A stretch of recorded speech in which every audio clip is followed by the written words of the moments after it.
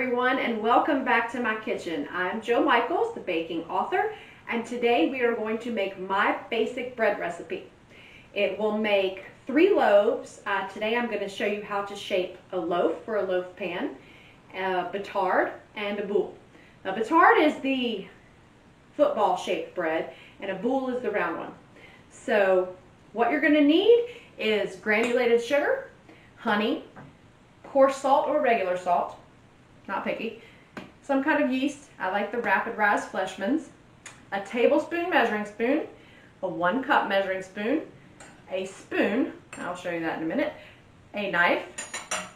You're going to want some sort of spatula, and 2 cups of hot tap water.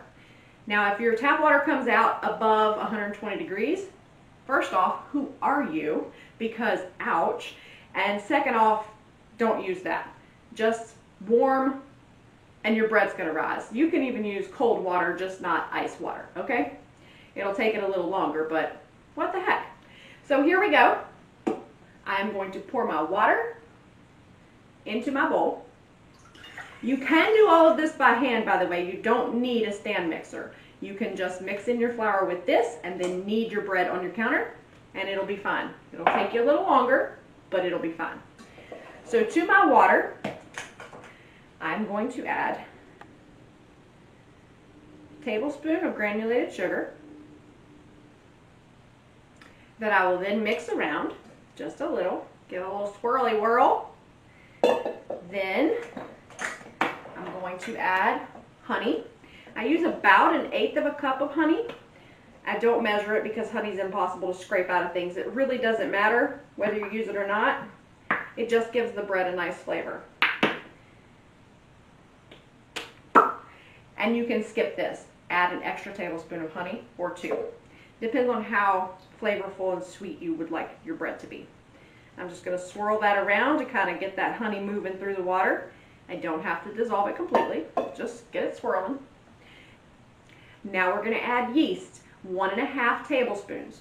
I don't use a half tablespoon measure because it really doesn't matter if you put more or less, just as long as you get that first tablespoon in your water. And then I'm going to kind of eyeball to another half, okay? Look at me, I didn't bang on the bowl. Yay, my husband would be so proud. Now we're not going to add the salt yet because the salt will kill the yeast if it comes in direct contact.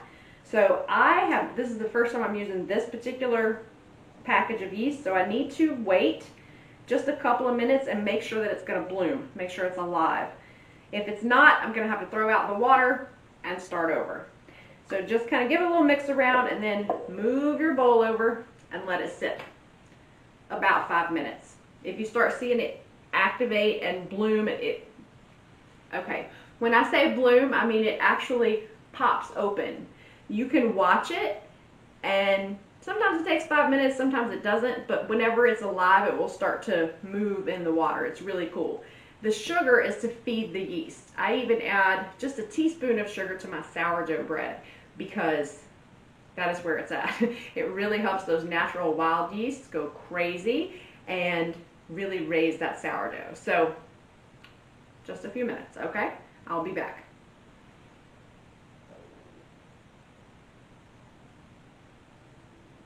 Okay, there is activity in my bowl, so I know my yeast is active.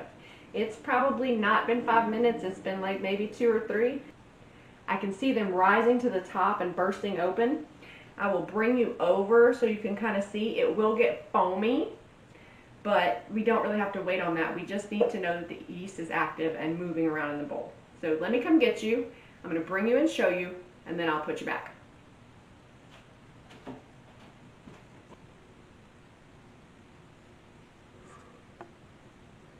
This is what people mean whenever they say it's foamy. See that foam on top? And still you're going to have your yeast popping to the top and bursting open as you stand here and watch. It's really a cool thing to take a peek at if you have time. I hope you guys enjoyed that. So this is kind of cutting off the top of my head, but we're just going to go with it. All right, now that I know my yeast is alive, I'm going to start adding my flour to the bowl. I'm not quite done with this, so don't get rid of it. We're going to use it to add our salt when we add our 4th cup of flour. For this recipe, you need 5½ cups of any kind of bread flour. I'm using bleached bread flour. You can use unbleached bread flour, but please don't use all wheat bread flour, because if you add all wheat, your dough is going to be super tough and you won't even be able to chew into it. So don't dip down into your flour. Use your spoon it into your measuring cup. Take your knife and smooth over top. That way you have 1 cup, okay? This you're just going to toss in with your yeast water. 1 cup.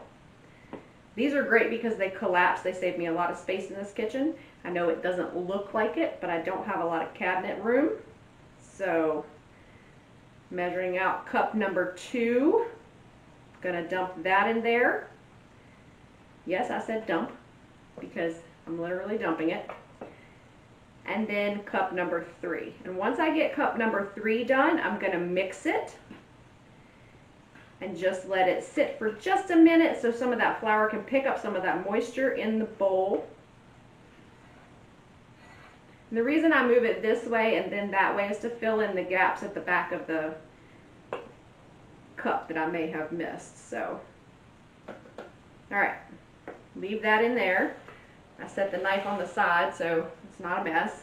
I have my trusty measuring cup to dump any excess silverware or things I've used into. Now you're really going to want to stir that honey that's stuck to the bottom of the pan in as well. So you just mix it. It doesn't matter if you mix it quickly or mix it slowly. What you're looking for is just kind of a gloppy, goopy mess in your bowl. It's gonna be icky. It won't even be shaggy at this point. What we're doing is mixing the yeast with some flour, so when I add my salt, it will not destroy my yeast. We want our bread to rise, right? And don't worry if you don't have a proofing option on your oven. If you put it on the counter, it's going to rise unless you're living in the Arctic. This stuff even rises in the fridge. Okay, your dough should look something like this. It's gooey, it's sticky, and it's still really super wet. So we're going to start by adding our salt. I do 3/4 tablespoon. Salt serves 2 purposes. It gives your bread some flavor, obviously, and it helps those gluten strands in your bread develop and get stronger. So again, I eyeball it. This is not an exact measurement. It doesn't have to be. Just toss that 3/4 tablespoon of salt in there. I don't need that anymore, so I'm going to set it in my measuring cup. And then I'm going to add on top of that my 4th cup of flour. Then we're going to go to the mixer. If you don't have a mixer, you can just mix the next 2 cups of flour in by hand. Yes, it's going to kill your shoulder, but you can do it. You don't have to have powerful equipment in your kitchen to make bread. I mean, think about our ancestors. They did all of this by hand. It's perfectly acceptable. Okay, 4th cup of flour in. Now, this is going to start taking on a different texture in your bowl. It's going to be hard to mix this flour in, as it should be. And then your dough should look kind of shaggy-ish once you're done. Unless you're doing it by hand, then just keep mixing with that spatula and keep mixing, because you're going to have to put the 5th cup in, then you can dump it out on the counter and work it that way. Scraping the bottom of the bowl so that loose flour that made its way down there comes to the top. I'm going to try to show you in the bowl here in just a second. Show you kind of what I'm dealing with and what you should be dealing with.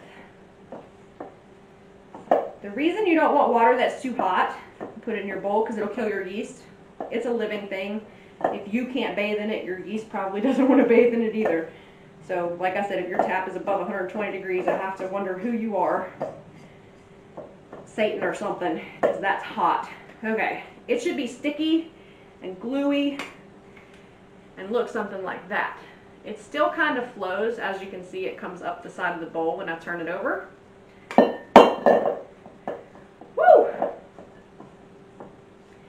But now I'm going to switch to my mixer and add that other cup of flour We're going to mix that in. I'm just going to set that in my measuring cup. So added my dough hook on my mixer before I plugged it in. Putting the bowl on. And then bringing over my flour. This is the last time I'm going to need this knife and spoon because I don't really measure the last half cup because dough doesn't always take that whole last half cup. It's going to depend on where you live. If you're in a drier area, this may just take 5 cups of flour. So I got my 5th cup. I'm going to pop it in there. Then I'm going to 86 the knife and the spoon. I'm going to just leave this in here because if I put it on the counter, it's going to make a mess. Now make sure your counter is super duper clean because this is where we're going to knead our bread. And it will pick up all the dirt off your counter. It'll also take all the dirt off your hands, so be sure your hands are nice and clean too. A little flour on them is fine. I'm talking dirt. So I'm going to use my spatula and just give this a little turn so flour does not escape my bowl and end up all over my counter. My husband just loves that because then there's a giant mess in the kitchen. Do I really want to clean it? No. Do I clean it? Yes. Oh, the joys of baking. Now kneading your bread is actually pretty relaxing. And I did this experiment where I kneaded bread for different amounts of time. One I did none, then I did 5 minutes, 10 minutes, and 15 minutes. And turns out 10 minutes is ideal. So we will be kneading this bread for 10 minutes. Right now, we're going to turn our mixer on low so the flour doesn't jump all over the kitchen. We're going to let it run for just a minute till that flour is incorporated.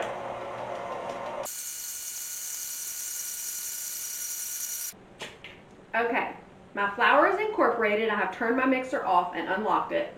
I'm going to lift the hook, and because you see this shaggy mess down here on the bottom, it's probably going to drip out, but you see this shaggy mess kind of down here?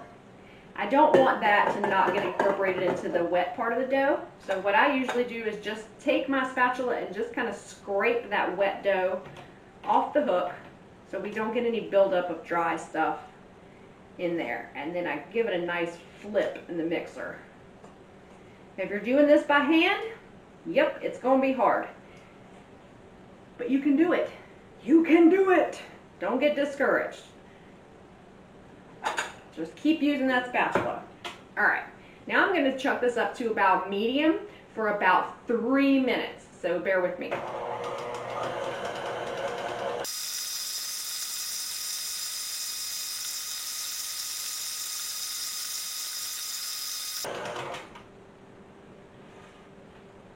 Okay, that's about 3 minutes. My bread has come together and is starting to clump around the hook, but it's clearing the sides of the bowl and not the bottom.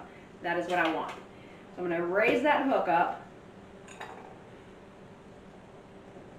squish this off. As you can see, it's coming off a lot cleaner than it was before. It's not really breaking into so many pieces. Now I'm going to take my handy dandy bowl scraper to get this out.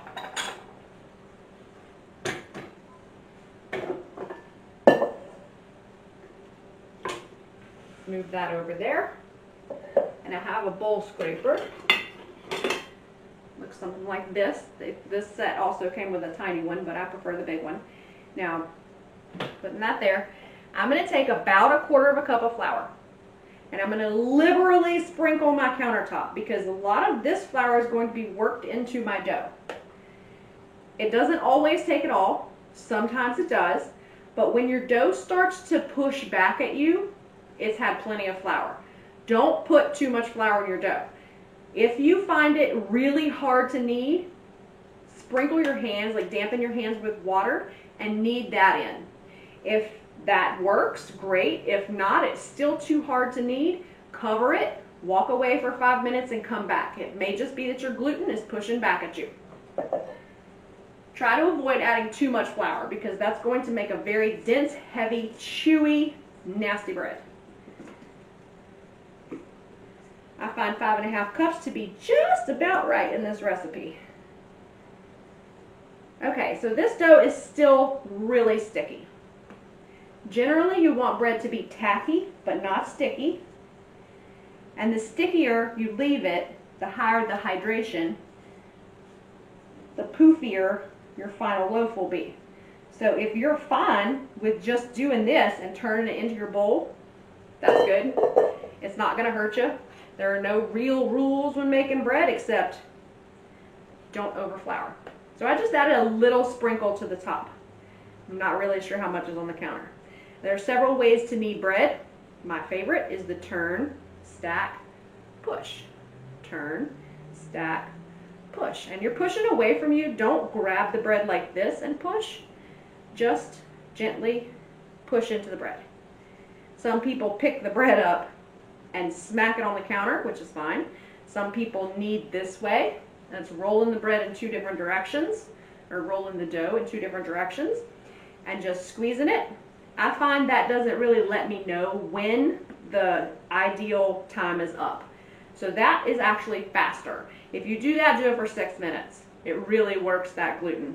But I prefer to do it for 10 because I like to feel the bread and how it's relaxing in my hands. And we want it to be tacky. I'll show you what that means later, but not sticky. You don't want it coming off on your hands. So I'm going to set a timer for 10 minutes and I will be back with you when I'm done.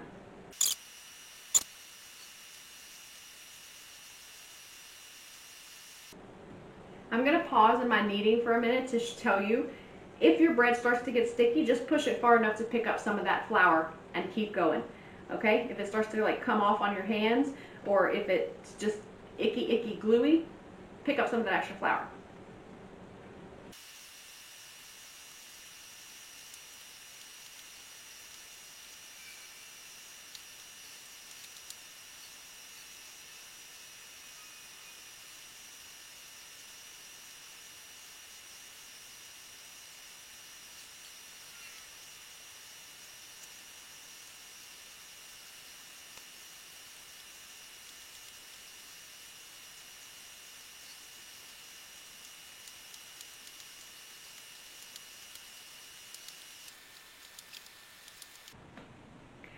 Okay, bread is kneaded. As you can see, it picked up most of the flour from the counter. I don't know if you can see, but I had a generous amount of flour. It's mostly been incorporated into here. There's a little sprinkling here and there. But the consistency that you're looking for of your bread is like, it's still tacky, okay? So don't add flour until it's totally not tacky anymore. Because the consistency that you're looking for is when you do this, it should kind of stick to your hands before it drops, just a little, but it doesn't come off on your fingers, okay? So your hands are still clean when you touch the dough, but it still feels just a little bit tacky on the outside. It also is not going to be splitting quite as badly as it was before. This is so soft, you guys. And the bonus of kneading with your hands is that it will warm the dough and help that yeast come alive, especially if you use cooler water. So to rise your dough, you're going to need either a bowl that can at least hold double of that dough, or some other container with a lid or without a lid. The lid is optional if you use a damp cloth. I'll show you in a minute. So we're going to take some Crisco. You can also use any kind of oil in your kitchen. Just coat in the pan on the bottom and all the way up the sides. And I leave a little bit more on the bottom than I do on the sides, because I'm about to put the dough in there and give it a turn so it coats the top too. You do not want your bread to dry out. That's why you have to keep it out of drafts, okay? And cover it with something. So, I use Crisco. I love it. It's amazing. Take your bread, which should not be coming off on your counter either. Put it down in your bowl. Give it a little smoosh around. You can kind of hear it getting the top. And then flip it over and press it into the bottom of your bowl. Then either mark it or eyeball it, because you want it to double. So it's just in there. There's the bottom of the bowl. You can see it's not very thick, maybe 2 inches in the thickest part. So I'm going to wait for it to rise to about here in the bowl. And that's what I'm looking for. Now I have a damp towel. It's just a kitchen towel, a little tea towel that I've wrung all the water out of, so it's just barely damp. And I'm going to put this in my oven on proof. If you don't have an oven with a proofing option, just set it on the counter. It'll be fine. All right, and I will let this proof for about an hour, and I will see you guys after that. Okay? Ciao for now. Hi everybody, I'm back. It's been an hour. My bread has risen. I'll let you guys take a peek in my bowl. I don't know if you can see that, but it's almost to the top. So it's nice and poofy. I'm not going to smash it down in here. I'm going to let it deflate as it hits my counter. Do not flour your counter. You don't have to do that right now. So to help our bread rise a little bit, keep that air off of it like I said before, I have some cooking spray. We don't want the top of our bread to get dry at all. I have a trusty rusty X-Acto knife. Okay, it's not rusty, but it's an X-Acto knife. Just anything very, very sharp to score your round loaves and your batards, okay? I'm gonna put that back over there so I don't cut myself. I have a pizza stone over here. You can also use a baking sheet, just grease it well, okay? Same thing with my loaf pan. This is a Green Life loaf pan, it's non-stick. If you have a non-stick loaf pan, don't wash it. It'll destroy that finish and your bread will stick all over it. This you don't have to grease, okay? Leave it just like it is. And I have some cling film or plastic wrap to cover it once we're done. Again, keep that nice air off of it. So here we go. Turn your bowl upside down. Just let everything plop right out. I also have a knife to cut it with, so if you have one of those, that's great. I'm going to throw that over there. So it should not be sticking to your counter. It should be pretty easy to move around, like so. So for our loaf, we're going to take a third, about a third. And for now, I'm just going to set it in that loaf pan. And for the other two, I'm going to make, like I said, a boule, which is the round one, and a batard, which is the football-shaped one. Just going to take two more pieces. I'm going to set the piece for my boule over here. We'll get to that in a minute. Okay, with this one, we're going to make a batard, which is the football-shaped ones. I'm just smashing my dough out. It's going to be thicker in the middle than it is on the ends, so it needs to be pretty tall. Just smash it around. Try not to get rid of too many of those air bubbles because that's what makes your dough light and fluffy. So about a rectangle, about like that. And it's going to start to pull back because the gluten's pretty tight. Just kind of smashing it together, bringing it down a little bit, and then bringing those bottom two ends out like so. So you're going to take the top two flaps. My dough is shaped a bit like this.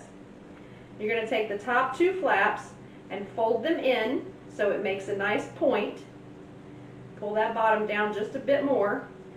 Roll the top over using your thumbs, push back so your dough looks like that. It's really stretching it whenever I pick it up. That's not a good thing. But that's okay, we'll get there.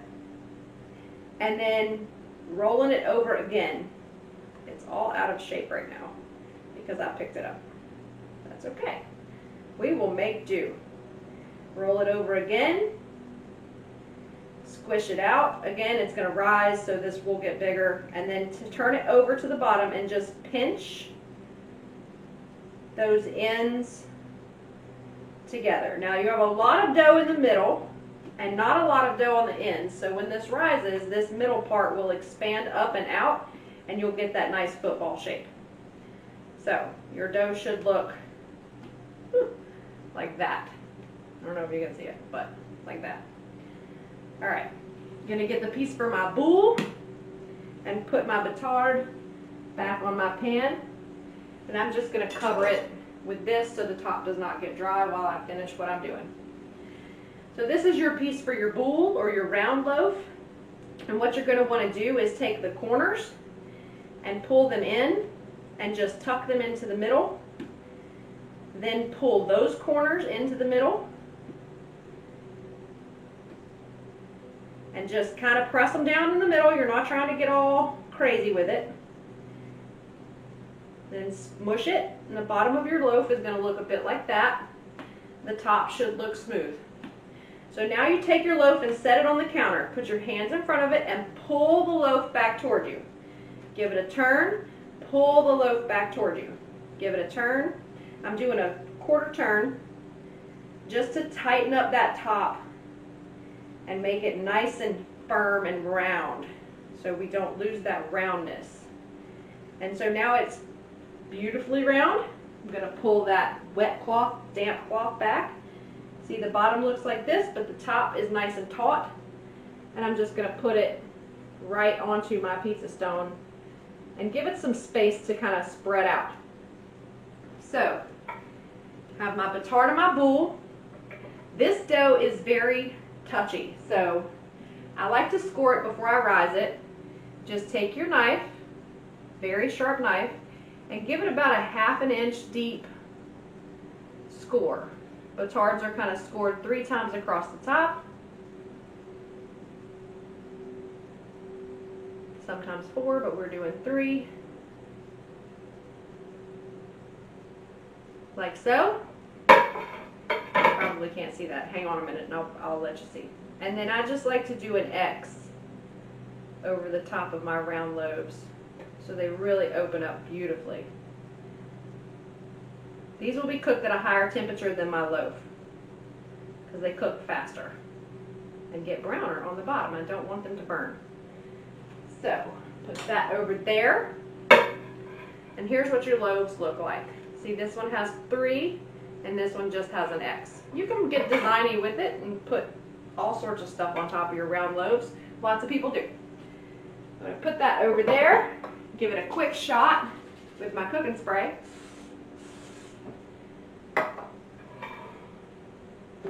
And then cover it with some plastic wrap just to keep the air off it while I finish up this regular loaf. Not pressing my plastic wrap down, I'm just laying it loosely over that. So I'm going to grab this hunk of dough that I put in here for my loaf, and we're going to shape it into a loaf shape. So to make a loaf shape, you may want to use your pan as a measuring. Let me do this backwards so you guys can see what I'm doing. You want to stretch it out a little longer than your pan because you're going to tuck those ends under. Then, kind of like the batard, fold it about 1/4 of the way over and press that seam with your thumbs. Fold it again. Press that seam. This is going to give you a nice fluffy bread loaf. And then one more time, fold it over. You can even turn it up and just pinch that seam together across the bottom. Now you're going to put this seam side down in the pan, but first we're going to roll these ends under like so, and then pinch those together on all sides. So what you end up with is a loaf that looks a little like this. Just rolling it over and pinching that other side closed. Now I'm not going to score the top of this, it's just going to rise just exactly like it is. But this gives you that beautiful round end on your loaf. And just put it right in the middle of your pan. It's okay if it touches the ends. Now we will know when this one is ready to bake because it will actually peep over the top of the pan, and then we'll have a little bit of oven spring, so it should have a nice dome on it. But it looks, let me see if I can hold it, like that in the pan. See, it doesn't fill it up, it's just kind of laying in there. It wiggled. And then I'm going to give it a shot of my cooking spray as well, just over top. Like so, so it doesn't get dry. And then again, loosely cover it with plastic wrap. Just to keep the air off it. And I'm going to put both of these back in the oven to proof for about ½ an hour, and then I'm going to preheat my oven. It's going to be approximately how long it takes for my oven to get hot enough to bake my bread. Again, I bake this at a different temperature than I'm going to bake those. Okay, this one is 375. Those are 425, and I'm going to chuck some ice in my oven so I get that nice rise with the steam. Professional ovens are steam injected. We do that by putting about a half a cup of ice in the bottom of the oven. You can also put a pan on the bottom of your oven and pour in boiling water. Okay, I find the ice just 10 times easier, so let me get these into proof, and I will be back with you guys in about an hour. Okay, see you later. Hey guys, okay, so if you can see, my bread loaf is poking about an inch above the edge of my pan here. So it's time for it to go in the oven. I already preheated the 375. We'll bake this bad boy for 25 minutes. Then we'll increase the temperature and bake the others. See y'all then. Hey guys, welcome back to the kitchen. Bread's out of the oven, obviously. This is my little loaf out of my little loaf pan. Yours may actually rise over the top. Mine does sometimes, but that would require a bit more bread dough. It's not cool yet, so you see I'm using these. It took 25 minutes at 375, but what you're really looking for is an internal temperature between 195 and 200 degrees. Very important. If you don't bring it up to that temperature, you will get a really bad tummy ache if you eat it, possibly even get poisoned, like food poisoning. That's fun, right? Okay, if you can see the bottom of my batard, it's not really super brown. So if you want it to be as brown as the top, you're going to have to preheat your pizza stone. Now the way that you get the bread onto the pizza stone is you put it on a piece of parchment paper and then put that onto the pizza stone. Yes, it's hot. Yes, you have to wear your trusty, rusty kitchen mitts, but it's worth it if you like a crispy bottom. I don't really care. And if you can see my boule, it's really pretty, nice and crisp. Again, the bottom is not super brown, but it is done. It makes this nice sound when you tap it. It's all hollow, and the internal temperature is 200 degrees. It's a more accurate measure than just tapping the bread. So luckily these did not collapse while I was waiting on the loaf to bake, this bread loaf, because it did take a little time. This was 25 minutes on top of their normal rising time. You can pop them in the fridge to make that slow down just a little bit. But if you let them overproof, they collapse. So I'll be back when it's time for tasting. And I will see you guys then. Bye. Hey you guys and everybody, and welcome back once again. So my bread is cool. It's been about an hour. And I'm just going to hack into one of these poor things and let you see what it looks like. We're going to choose the batard because these are probably my favorite shapes to eat. So I have a serrated bread knife. It actually came in my Calphalon knife set. Love my knife set. So if you want, I'll link it below. I got it on a Black Friday deal, so it was not as expensive as it is when you go check it out. Here we go. Let's just hold your knife like this so the blade doesn't twist as you cut. Put one hand over the bread, put your knife down, and just like that.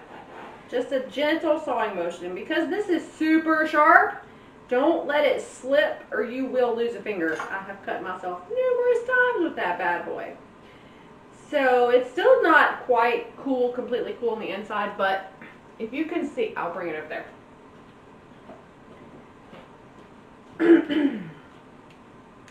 As you can see, this crumb in here has a lot of little air holes. It's nice and light, so it's like a smooshy bread. It's very good. So now we're going to have a bite, see.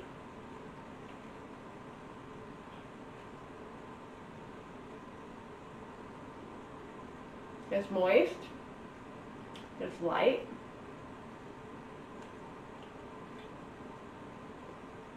The crumb in your mouth, you can taste the salt, but it's so subtle. And you don't have to chase it with a whole bunch of water because it's not super dry. This is probably my favorite bread ever. It does love butter, but really you don't need anything on it. You can dip this in soup. It holds up. I wouldn't suggest making like wet sandwiches out of it unless you toast it. It doesn't really hold up well with that. But all in all, it's really yummy. So if you guys try this and you like it, or even if you don't, or if you have questions or any of that stuff, pop them into the comments below. I'll do my best to answer. See below for below the video in the description for the recipe and links to the gadgets that I have used in the kitchen that I think might behoove you. Remember, you don't really need a mixer. You just need a bowl, some flour, some salt, some yeast, some sugar, some hot water, and you'll have bread. May not be quite this good without the honey, but actually it's not. But you can, give it a whirl. Bread is bread. I mean, it's pretty forgiving. So as long as you get the water and the live yeast and the flour in there, you're pretty much going to get a rise. So I will see you guys next time. If you haven't subscribed already, please do. We are going to have a lot more fun. I can't wait for you guys to see next week. It's going to be a blast. And if you've already subscribed, thank you. I like having you guys around. So come on back next Monday and see what we got going on. Bye.